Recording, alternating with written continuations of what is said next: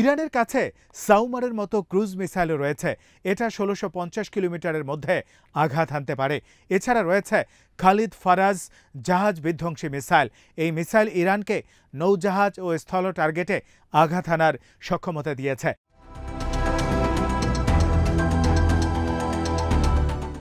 ইরানের মিসাইল প্রযুক্তি খুব বেশি পুরনো নয়। তারা এখন এগুলোর নিখুঁত আঘাত হানা আর ইচ্ছেমতো ওড়ার সক্ষমতার উপর বেশি গুরুত্ব দিচ্ছে। বেশ কিছু মিসাইল স্থানান্তরযোগ্য লঞ্চার থেকে ছোড়া হয়, ফলে এগুলোকে টার্গেট করা কঠিন। মিসাইলের মজুদকে রক্ষার জন্য ইরান ভূগর্ভস্থ মিসাইল শহর বানিয়েছে। ২০২১ ও ২০২৩ সালে ইরানের রাষ্ট্রীয় মিডিয়ায় এই ধরনের কিছু ছবি দেখানো হয়েছিল। চলতি বছরে ইরান চীনের কাছ থেকে সোডিয়াম পারক্লোরাইড পেয়েছে। জমাট জ্বালানি মিসাইলের জন্য এটা অন্যতম গুরুত্বপূর্ণ উপাদান।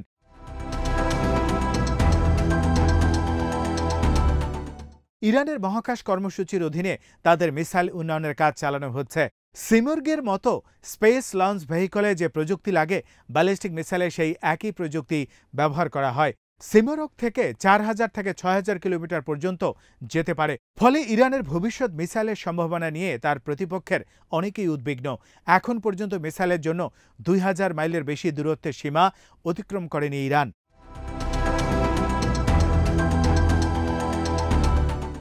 ইসরায়েলের হামলার জবাবে ইরান এখন পর্যন্ত কয়েকশো ব্যালিস্টিক মিসাইল ছুড়েছে।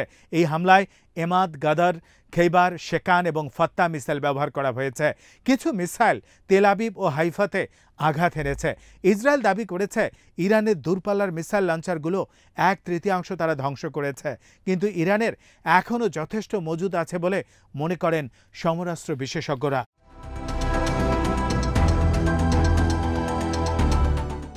ইরান মিত্রদেরকে মিসাইল দেয়। লেবাননের হিজবুল্লাহর কাছে ইরানের তৈরি হাজার হাজার রকেট রয়েছে। এর মধ্যে ফাতা 110 মিসাইলও রয়েছে। ইয়েমেনের হুথিরা সৌদি আরব ও ইসরায়েলি হামলায় কিয়াম এবং অন্যান্য মিসাইল ব্যবহার করেছে। ইরাকের ইরান সমর্থিত মিলিশিয়ারা মার্কিন ঘাঁটিতে হামলায় SRBM ব্যবহার করেছিল। ইরান এইসব গোষ্ঠীকে নিজস্বভাবে অস্ত্র তৈরিতেও সাহায্য করছে। এতে করে সরাসরি বিভিন্ন সংঘাতে না জড়িয়েও সবসময় প্রভাব ধরে রেখেছে ইরান।